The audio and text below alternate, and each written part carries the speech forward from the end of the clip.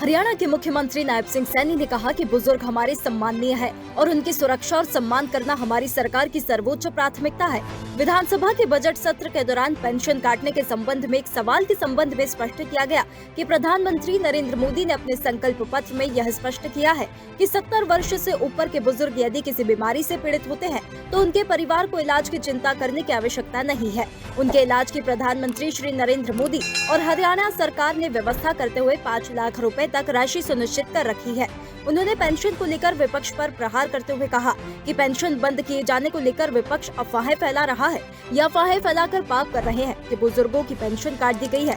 उन्होंने कहा कि बुजुर्गों के बीच ऐसा भ्रम फैलाना पूरी तरह गलत है। मुख्यमंत्री ने कहा कि प्रदेश सरकार ने पेंशन काटी नहीं है बल्कि उसमें बढ़ोतरी कर उनके सम्मान को बढ़ाने का काम किया है। प्रदेश में आज बुजुर्गों को उनके मोबाइल पर SMS के माध्यम से सूचना मिलती है कि उनकी पेंशन बैंक खाते में जमा हो गई है। वे आसानी से बैंक से राशि निकाल सकते हैं। मैंने एक स्टेटमेंट भी दिया था, मैंने किसी मंच के ऊपर कहा था कि बुजुर्ग हमारे पिता समान हैं। ये भारतीय जनता पार्टी है माननीय अध्यक्ष जी, जिसने बुजुर्गों का इतना सम्मान करने का काम कर रही है। माननीय अध्यक्ष जी, मैंने ये भी कहा था, मैं आदरणीय नरेंद्र मोदी जी का धन्यवाद करना चाहता हूं कि उन्होंने अभी अपने संकल्प पत्र में एक बात कही थी कि 70 साल का ऊपर का कोई भी बुजुर्ग है, अगर उसको कोई बीमारी हो जाती है या कोई बीमारी आ जाती है तो परिवार को इलाज की चिंता नहीं है। माननीय अध्यक्ष जी, सारा इलाज नरेंद्र मोदी और हरियाणा सरकार कराएगी। 5 लाख रुपए का माननीय अध्यक्ष जी, उसको अलग से कोई भी बुजुर्ग है, और ये इस प्रकार की अफवाह है थी माननीय अध्यक्ष जी, उन बुजुर्गों के अंदर विपक्ष ने ये पाप किया है, अफवाह फैला करके कहा पेंशन काट दी। अरे पेंशन काट देंगे माननीय अध्यक्ष जी हम किसी बुजुर्ग की?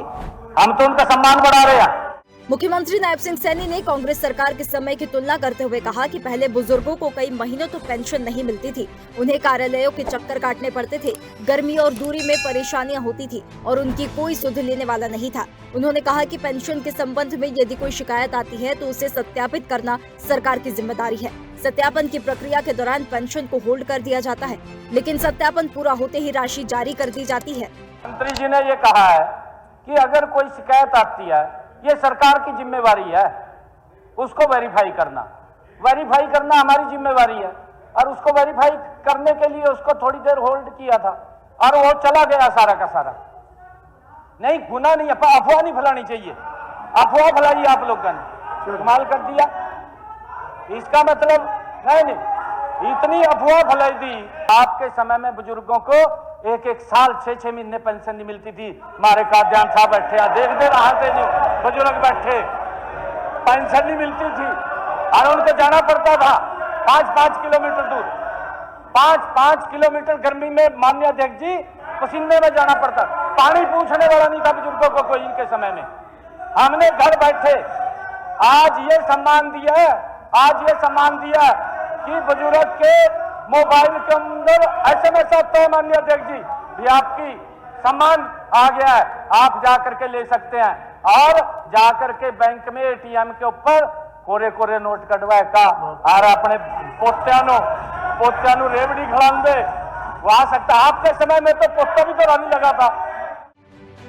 मुख्यमंत्री ने कहा कि वर्तमान सरकार ने बुजुर्गों के लिए पारदर्शी, सम्मानजनक और सुविधाजनक व्यवस्था बनाई है, जो बुजुर्गों के मान सम्मान के लिए हमेशा काम करती रहेगी। हरियाणा डायरी।